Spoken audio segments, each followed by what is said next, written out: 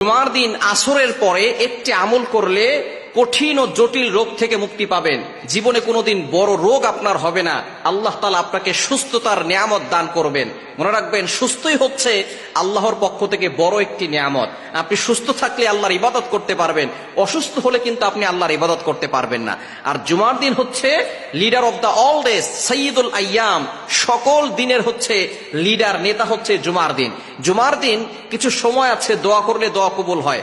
ইমাম আবু হানিফা রাহমাতুল্লাহ আলাইহির বিশুদ্ধ মত অনুযায়ী জানা যায় এই সময়টি হচ্ছে জুমার দিন আসরের নামাজের পরে মাগরিবের পূর্বে। এই সময়টা আপনি আল্লাহর কাছে দোয়া করলে আল্লাহ তাআলা আপনার দোয়াটা কবুল করে নেবেন। জুমার দিন কিছু আমল আছে, আমলগুলো আমরা করার চেষ্টা করব। বিশেষ করে দুরূদ শরীফের আমল আমরা বেশি বেশি করে করার চেষ্টা করব এবং বেশি বেশি করে সূরা কাহাফ পড়ার চেষ্টা করব প্রত্যেক জুমায়, যাতে করে আমরা জুমার নামাজে আগে আগে অংশগ্রহণ করতে পারি সে বিষয়ে খেয়াল রাখবো। কেননা জুমার নামাজের পরে দোয়া করলেও দোয়া কবুল হয়।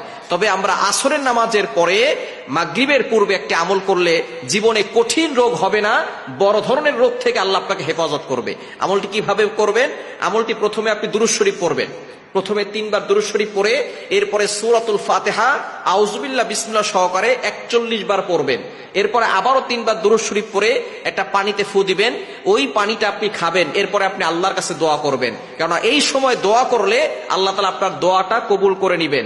অনেকে অভাবে আছেন, অনেকে অসুস্থ আছেন, অনেকে বিপদে পড়ে গেছেন, অনেকের ভিসা হচ্ছে না, অনেকের সন্তান কথা শোনে না, অনেক মেয়ের বিয়ে হচ্ছে না, যত ধরনের সমস্যা আছে এই সমস্যার জন্য আপনি শুক্রবার জুমার দিন আসরের নামাজের পরে মাগরিবের পূর্বে আল্লাহর কাছে দোয়া করলে আল্লাহ তাআলা আপনার সকল দোয়াগুলো কবুল করবেন। অসুস্থতার জন্য যদি আপনি ভোগেন, এরকম বড় ধরনের অসুস্থতা হয়েছে যে ডক্টরও নিষেধ করে দিয়েছে, আপনি কোরআনের আমল করলে আপনি অবশ্যই ফলাফল পাবেন। কারণ সূরা ফাতিহার ভিতরে কিন্তু শিফা রয়েছে। সূরাতুল ফাতিহা হচ্ছে শিফা ও মিন কুল্লি দা, সকল রোগের ওষুধ হচ্ছে সূরাতুল ফাতিহা। এজন্য অবশ্যই সূরা ফাতিহা পড়ে আপনি পানিতে ফু দিয়ে পানিটা খাবেন এবং আল্লাহর কাছে দোয়া করবেন। আল্লাহর কাছে দোয়া করলে আল্লাহ তাআলা এই সময় দোয়া কবুল করে থাকেন। এজন্য জুমার দিন যতদিন আপনি জীবনে বাঁচবেন এবং শুক্রবার পাবেন, দুরুদের আমল করতে ভুল করবেন না, মিস করবেন না।